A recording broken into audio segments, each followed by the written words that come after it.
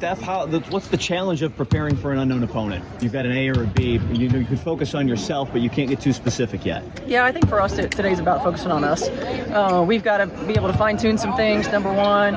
And number two, it gives us an opportunity that we haven't had to maybe add some things and tweak a couple things. So today's about us on both ends of the floor, and then we'll know tonight, and tomorrow will be about starting to prep for an opponent. You said yesterday that this would be a day about you guys. What was top of list for you of stuff you wanted to run through with actual practice time? Well, number one, just getting opportunity to work execution, timing, situational things that we haven't really had in true practice time. And then the second thing is we've had to scale back so much that now we can, add a couple of more things. We can't go crazy, but add a couple of things and maybe a couple little minor tweaks. Is that an advantage of having 5 days pre-playoff game? Is that adding, and how much do you want to add versus do what you've already done? I mean, it is an advantage. There's no doubt.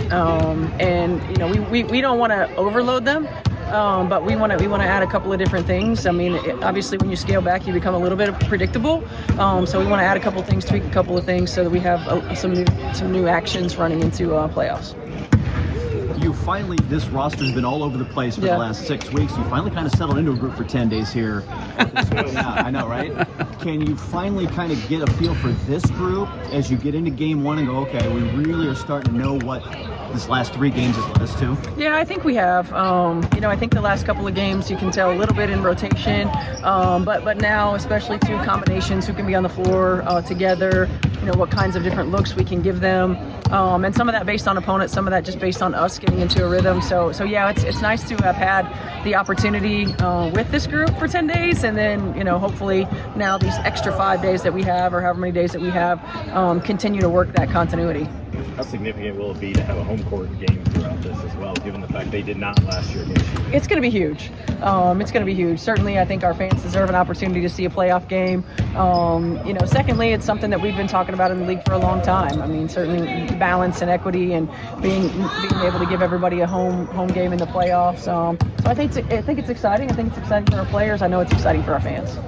You expect to be watching tonight, or wake up tomorrow and just who it is? I'll try, but I'm too old to be staying up that late. We'll see. We'll see what happens. So I know this isn't necessarily the path that you guys envisioned at the beginning of the year to get here with the roster turnover, like Brad mentioned, but how fortunate are you to just be in this position?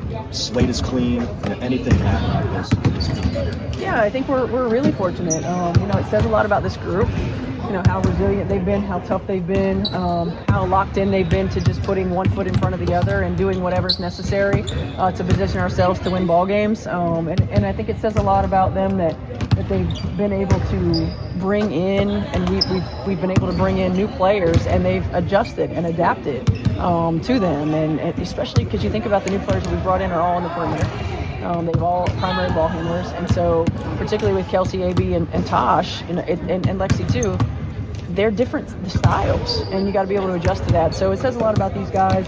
I'm proud of them that we're in this position, and thankful for an opportunity now in the playoffs where everything starts anew. I was going to say, other than the scouting report, really able to hone in on one team, what's the general things that change when you go to this playoff level versus regular season? Just sense of urgency. It's a different level. I mean, you can start to feel it at the end of the season, what it's like, playing for playoff positioning, playing for seeding, but it goes to a different level in the playoffs. The margin for error is smaller, rotations get tighter, the number of things that you're able to play through gets tighter.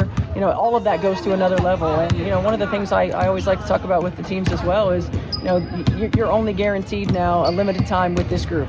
This group is never going to be the same. Most of the time in professional sports, it's not.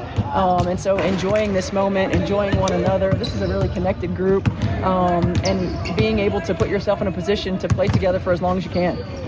More than most, so when the playoffs begin, there's always going to be some adversity of some sort. So glass half full, does that give this group a little bit of an edge that they've been able to manage adversity so well? I think so.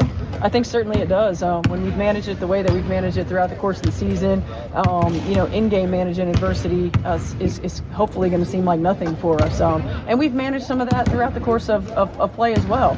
I mean, even in the last, the last few games that we've had in September, being able to manage different situations. So I think it does give this group an advantage. There's never any substitute for experience, and going through the experience that we've gone through throughout the course of the year allows us to be flexible, allows us to stay locked in the moment and understand what's necessary.